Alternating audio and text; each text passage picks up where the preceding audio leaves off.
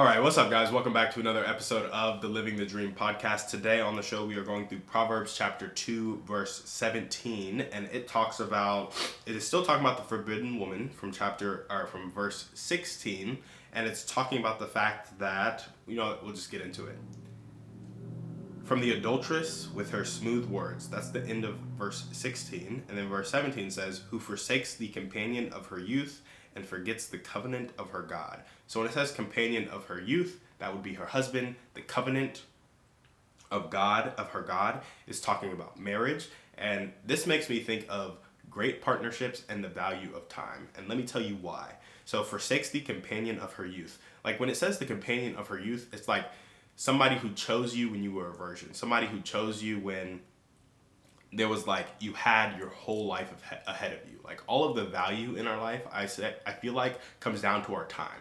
Like if I gave you $1 billion right now and you could not wake up tomorrow, you would not value that $1 billion. Like that is not what you would care about. That $1 billion is only good insofar that it can make your time on this earth more pleasant. If it's not making your time better, more effective, more efficient, more shaped how you want it to, that $1 billion is absolutely worthless.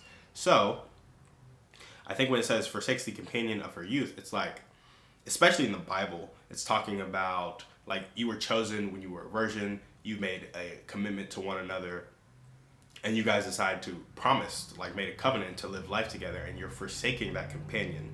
And so when it talks about verse 17, the forbidden woman, the adulteress, forsaking the companion of her youth, is talking about somebody who ditched the person who chose them basically when they had nothing, right? Like we are choosing to build a life together is how I like to look at it. And now you are forsaking that life that we chose to build together, forsaking that covenant that we made before God.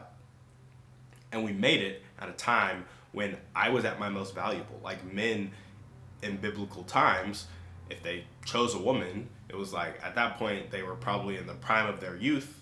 They were given the best years to that woman, and it is talking about the fact that that is the companion of your youth, the person who gave you their most valuable time, energy, and effort. And that's why I feel like this is talking about the value of time, because it's not just saying who forsakes her companion. It's like the companion of her youth, and it has a very specific focus on the fact that you guys got together when you were young, you're building a life together, those were the best years of your life, and those were the most formative years of your life, and you gave it to one another, and now you're forsaking that.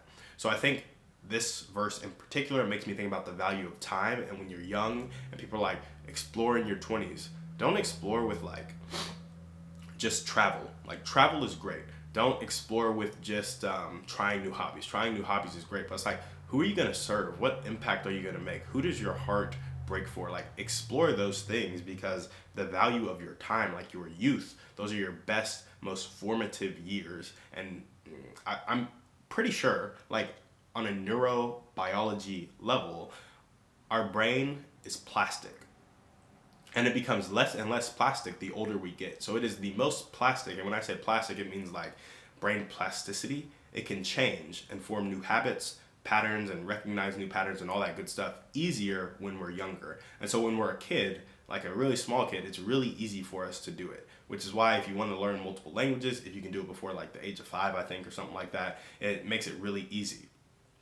Now, as you get older, your brain plasticity decreases, which means you get more set in your ways. However, in your 20s, I'm pretty sure that it's still pretty plastic. Like you still have, and your brain stays plastic your whole life. Like you have the ability to learn new things, but it is just easier the younger you are, because your brain is absorbing so much and learning so much. And your 20s are so formative because it is a very plastic time in your life for your brain as compared to your 30s, your 40s, your 50s. And so, again, that's why I feel like this verse is pointing at the importance of youth. It also makes me think of great partnerships, because it talks about companionship and it talks about covenant. And covenant just runs deep, man. Like, it's such a big commitment. And I've talked about like building life together and promising away like the best years of our life. And that's not even a negative thing. It's like, hey, these are the best years of my life, and I'm choosing to give them to you because I'm choosing to love you. And that choice to love despite anything is how deep the covenant runs, and it's made before God, who displays perfect love. And I'm pretty sure he's like, there's no greater love than this, to like go up, die for your friends, basically, which is what Christ did. He went to the cross for us. And so you're basically making a covenant to love like God loved, which means to die for one another daily. And that doesn't mean putting yourself on a cross. It doesn't mean jumping in front of a bullet, although it can mean that. It mainly means dying to yourself daily, in the sense that you die to your emotions, you die to your desires daily in order to serve the person you got into a covenant with. And so the fact that they not only this adulteress not only has forsaken the companion of her youth, but forgot the covenant of her God.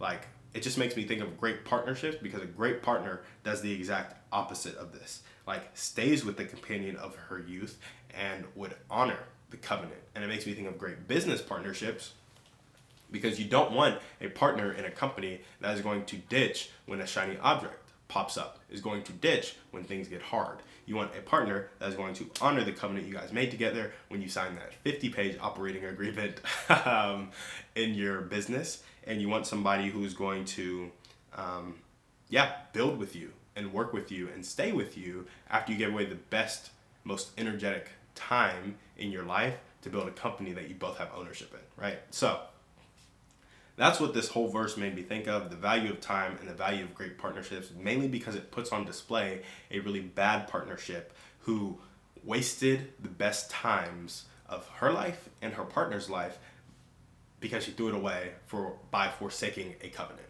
That's what this makes me think of. I'm not saying that's a perfect interpretation of the text. I just like to put an entrepreneurial spin on it. And the entrepreneurial spin I see here is that, like, we build businesses, we impact people, we figure those things out in our 20s, and we build successful things for the rest of our life. Successful machines that will create impact and create goodwill in the world, as Alex Hormozy would say. But if we have bad partnerships, they will forsake that agreement we made together, and then the impact that we could have made, the stuff that we could have built, will go by the wayside simply because we got with a bad partner. So I've spent some time on some bad partnerships, and upon reflection, I would say it was a bad partnership because I was a bad partner. See, the level of commitment that I am willing to enter into an agreement with is a reflection of the level of commitment I am entering the agreement with. So if I tolerate somebody coming into the agreement with a small level of commitment, it is because I have a small level of commitment to the agreement. Like, I would gauge the level of commitment and make sure that it's similar to mine. So if you find yourself in bad partnerships, it's time to look in the mirror and be like, how good of a partner am I? And then when you figure that out, either become a better partner or really just become a better partner. And so, like, even with some wholesaling stuff that I've done, like, it was all kind of get rich quick, try to build a business fast to get me money now because I needed cash flow now. But whenever you enter into a business with that mentality, you're really going to struggle, because you're not going to think about your marketing cost over a year. You're not going to think about your marketing cost over 5 years. You're not going to think about how to get profitable today. You're going to ask the wrong questions. It's going to be, how can I get money fast, not how can I build a sustainable business? And when you focus on that, you generally go to financial ruin. So where do I want this to show up in my life? I want great partnerships and to use my time wisely. So great partnerships that are like building towards something that I really care about and that is creating the impact in the world that I really care about. And people who are serious about that and aren't going to build for 5 years and then quit, build for 10 years and then quit. It's like, nope, we're in this for the long haul. And it may look different for us both in 30 years, but we know on a heart level, like, this is what we care about, this is what we're building towards, so let's go do that. Those are the types of partnerships that I want. And I want to use my time wisely because, again, I think it focuses on the fact that, like, forsakes the companion of her youth. Not just a companion, but the companion of her youth. And our youth is where we're the most energetic. Our brain is the most plastic. And we can just use that energy and use that plasticity to create habits and routines and see impact in the world and cast vision in the world that other people otherwise couldn't. So I want to use my time wisely to cast vision and think big before I have all these limits put in my head, even more than I already have, right? Like I already have some limiting beliefs from my past, but I want to cast big vision and live by that big vision before those limiting beliefs start to take over my lifestyle. So that's where I want to show up in my life. And how can you apply it to your life? I would say become a better partner in all areas of your life. And that looks like being committed, being well-resourced, being well-networked, being having good character traits for a partnership. And so I think a lot of those is like dying to yourself, really. So if there was any way you could apply this to your life, routinely die to yourself, and then you will be all the more prepared to do it when you enter into a relationship that requires it. So there we go. That's what I got for you guys today. Definitely how you can apply this to your life is do not forsake the companion of your youth. And do not forget the covenant that you've made with God. And so if you are married, stay faithful for sure. If you're in a business relationship, stay faithful for sure.